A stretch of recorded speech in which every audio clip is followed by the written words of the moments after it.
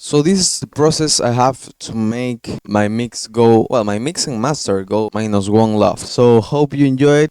Disclaimer, this is not like you really, I don't know how to say it, but this is not like the definitely way to go for your mix and master. This is kind of like an amateur way to make it. I'm just going for that. I'm just clipping everything, but I'm gonna explain how to make everything sound good on this. But obviously I'm not a professional. I am a guy in my bedroom making music. So hope you understand if there's something you don't like it, if you are a professional. But if you don't know nothing like me, you're gonna understand some shit and you're gonna bear with me. So let's go. Well, firstly, I'm gonna talk about my template. I have like my mixer. In my mixer I have my non-drop bass and my drop bass. In my non-drop bass I have here drums, top drums, synths and effects. All of this is going to this non-drop bass. That is basically maybe some breakdowns, the intro and all that stuff that is not involved in the drop. And here on the drop bass I have some drums, some top drums, synths, basses, wrist basses, effects and sub bass. Okay, the top drums and the drums are routed to the pre-master. Everything else is going to this drop bus where I have all of this, and I'm gonna explain that later on the video. So setting this way,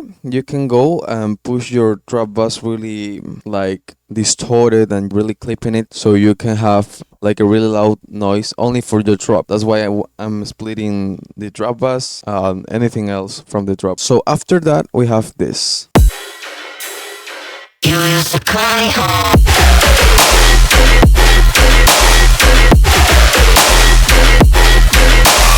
So the first thing right here I'm gonna talk about is these drums. I mean, I'm not gonna break down the track, I'm gonna break down the mixing of the track.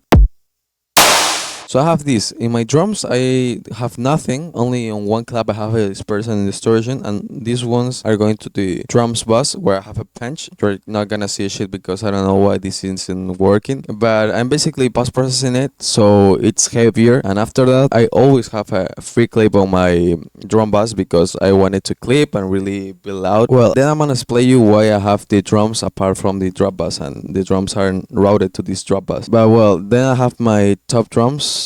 There are the cymbals. In this bus I have nothing, but I only roll cymbals, you know, nothing crazy. Then the thing right here is basically G-clipping everything. I have G-clip on a lot of shit right here. I have it on the drop bus. I have it also on my basses. I have a G-clip right there, a G-clip right here, another one. So that's why it sounds louder, because I have maybe you have here a G-clip with +1 decibel. Maybe on another one I have more, like here. We have 2.3 decibel up, and that's why it sounds loud, because I'm pushing everything to the top and out of the top, but with the G clip, because we don't want it to clip. We want it to be like really on the limit, you know. Well, the thing right here is this.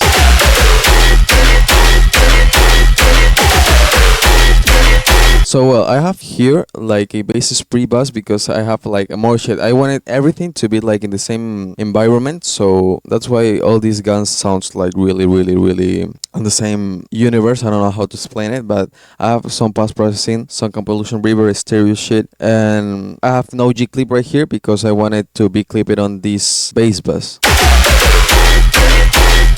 And before that I have some sharp short guns. I have nothing on this bus, but basically the important shit is right here, because I'm making here some like stereo fixing with this, because for example I have Valhalla Supermassive on a lot of shit, and this this mess up the stereo. So here I have this stereo with really low, and with the dimension expander I'm expanding the mix. And then what I'm doing here is basically putting some EQ to get rid of some frequencies that are shit. Then I have some reverbs that are for the breaks and some washouts, you know. These are from some breaks on the middle of the drop. And I have here distortion. Okay, I'm not using it, but I'm recently beginning to use it again, and that's why I told you I wanted to split the drop bus from the drums bus, because I'm really distorting everything on the drop bus when I'm making my drop, because I really like that feeling of really blowing up the speakers. But I don't use it, you know, but I want the drums obviously go like really clean. So don't overuse this, but be creative.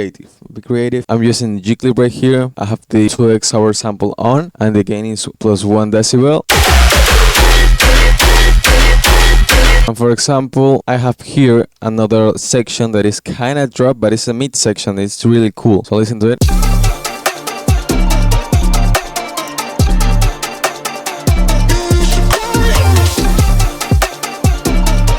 And all the shit is routed to my non-drop bus and my non-drop bus group right here because I don't want it to be distorted as the drop is. We have to split that shit. That's why I'm making this separation of sections on the whole track. So you can have this like cleaner. Obviously, there's a point that you gotta be creative and make a lot of shit and maybe your whole track is distorted. But I'm saying that basically if you want like differentiate your parts in terms of volume and gain, you gotta do this, like split your sections on the mixer. Because check this out.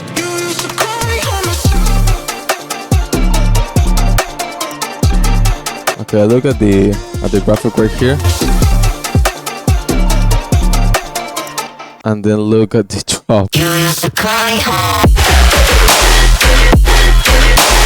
So there's a huge difference and you gotta keep it like that because you want your drop going on your face and really like blow your mind and blow your ears. So yeah, try to also make your build up not that loud.